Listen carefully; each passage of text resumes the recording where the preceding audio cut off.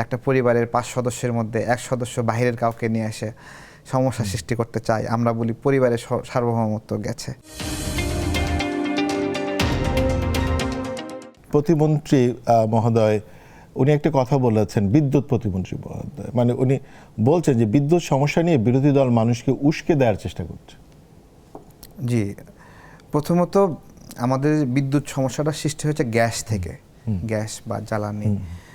তো গ্যাসের ক্ষেত্রে এখানে লোকমুখে এভাবে কথাগুলো আসছে যে এখানে আমেরিকা একটা প্রভাব রাখছে কিনা, পিটার হাসের সম্পৃক্ততা আছে কিনা, যেহেতু যেই গ্যাস টার্মিনালগুলো নিয়ে সমস্যা হচ্ছে সেখানে অ্যাম্বাসাডার হিসেবে পিটার হাস প্রতিনিধিত্ব করছে।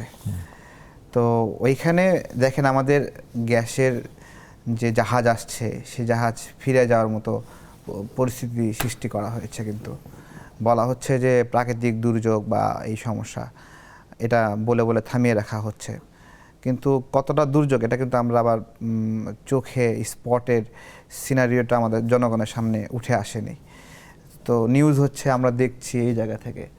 তো যদি এরকম হয় যে তৃতীয় টার্মিনালটা চায়নাকে দেওয়ার বিষয়ে সরকারের আগ্রহের কারণে আমেরিকা এখানে সমস্যা সৃষ্টি করছে, আর সেই সমস্যার জায়গা থেকে বিরোধী দল এটাকে আরও জটিল করার চেষ্টা করছে স্লোগান দিয়ে, মিছিল করে, মিটিং করে, যে ওই দিক থেকে আমেরিকাও একটা সংকটের জায়গায় নিয়ে আসতে যাচ্ছে, আবার এদিক থেকে বিরোধী দলও চাপ সৃষ্টি করছে, তাহলে আপনি কিভাবে দেখবেন সেটাকে? এখানে আমরা কিভাবে মেলাবো? তো এটা জাতীয় স্বার্থের পরিপন্থী একটা সিচুয়েশন হয়ে গেছে। আমাদের জ্বালানির সার্বভৌমত্ব সংকট দেখা গেছে। জ্বালানিতে আমরা সার্বভৌমত্ব নাই, এটা আমরা বলবো। আমরা যখন দেখি যে একটা পরিবারের ৫ সদস্যের মধ্যে ১ সদস্য বাহিরের কাউকে নিয়ে এসে সমস্যা সৃষ্টি করতে চায়, আমরা বলি পরিবারের সার্বভৌমত্ব গেছে।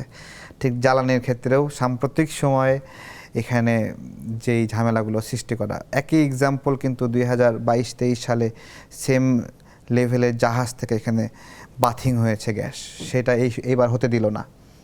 তো এই বিষয়গুলো নিয়ে আমাদের আলোচনা হওয়া দরকার, ডিবেট হওয়া দরকার, যে কে কী ভূমিকা পালন করলো এই সংকটের সময়, কে সহযোগিতা করলো, কে অসহযোগিতা করলো।